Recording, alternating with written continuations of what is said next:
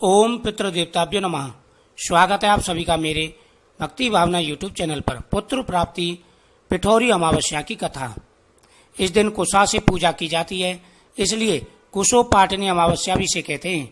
कुशा को देवताओं का श्रृंगार माना जाता है। इस दिन माँ दुर्गा की पूजा की जाती है।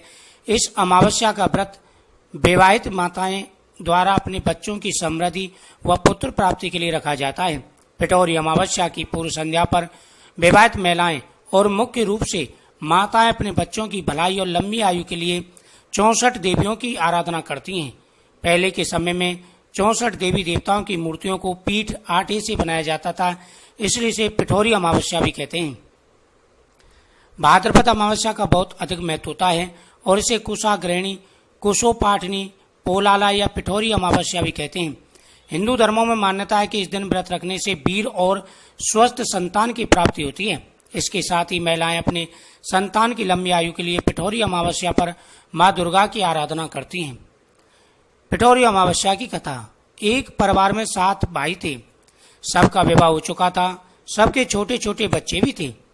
परिवार की सुख समृद्धि के लिए 7 भाइयों की पत्नियां पिठौरी अमावस्या का व्रत रखना चाहती थी, लेकिन जब पहली बार पिठौरी अमावस्या आई तो बड़े भाई की पत्नी ने व्रत रखा और उसके छोटे भाई की मृत्यु हो गई। दूसरे साल एक और बेटे की मृत्यु हो गई। यह क्रम 7 साल तक ऐसे ही चलता रहा।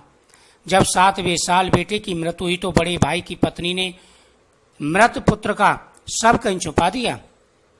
गांव की कुल देवी माँ पोलारम्मा उस समय गांव की रक्षा के लिए पहरा दे रही थी। जब उन्होंने दुखी माँ का रोना सुना तो वह वजह जानने के लिए बड़ी उत्सुक था और उन्होंने बड़े भाई की पत्नी से दुखी होने का कारण पूछा। बड़े भाई की पत्नी ने सारा किस्सा सुनाया तो देवी पोलारम्मा को उस पर दया गई।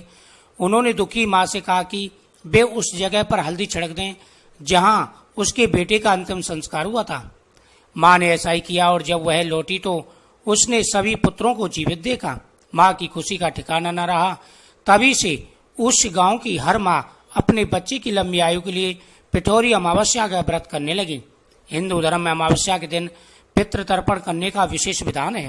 पिंडदान और पितृतर्पण कुछ महत्वपूर्ण कार्य हैं जो पिठौरी अमावस्या के दिन करने चाहिए। इससे पितृदोष समाप्त हो जाता है और जीवन में आ रही सारी परेशानियां दूर हो जाती हैं। पिठौरी अमावस्या के दिन यह व्रत करने से हर प्रकार के मनोकामनाएं पूरी हो जाती हैं। इसे पिठौरी अमावस्या या पोलाला अमावस्या भी कहते हैं। इस दिन औरतें जल्दी उठकर घर की साफ सफाई करती हैं, पवित्र नदी में स्नान करती हैं। पोलाला अमावस्या का व्रत विवाहित औरतें मुख्य रूप से मां अपने बच्चों के लिए यह व्रत किया जाता है। एक बार एक औरत बच्चा बहुत बीमार हो गया। उसको कोई भयानक बीमारी ने घेर लिया। औरत बहुत गरीब होती है, उसके पास इलाज के लिए पैसे नहीं थे, लेकिन वह अपने बच्चे से बहुत प्यार करती थी। वह किसी भी तरह अपने बेटे को ठीक करना चाहती थी।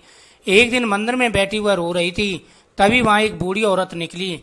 उसने उस औरत से रोने का कारण पूछा।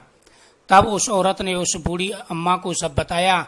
उस बूढ़ी अम्मा ने उसे पोलाला अमावस्या के बारे में बताया। कहा पोलेरम्मा देवी एवं उनके व्रत के बारे में विस्तार से बताया। कहा कि तुम इस व्रत को करो, इसके करने से तुम्हारी मनोकामना पूरी होगी। पोलाला अमावस्या अगले दिन ही थी जिसे उस औरत ने पूरी विधि विधान से उस व्रत को रखा। मृत्यु शैया में लेटा उसका बेटा व्रत के अगले ही दिन झट खड़ा हो गया और इस तरह पोलारम्मा के व्रत से उस औरत को बच्चा मिल गया। पिठौरी अमावस्या पोलारम्मा अमावस्या का विशेष महत्व है।